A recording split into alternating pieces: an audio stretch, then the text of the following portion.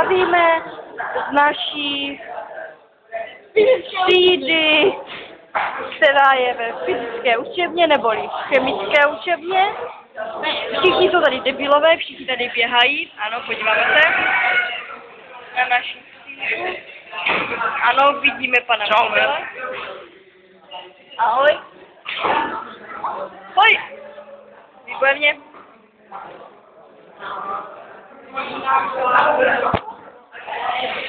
Řekni nám něco, outro.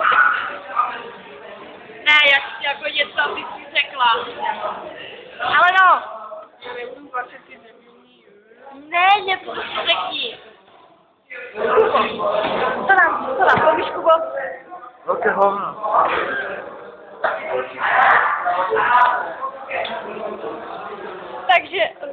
Takže od naší třídy velké hovno. Nazdar.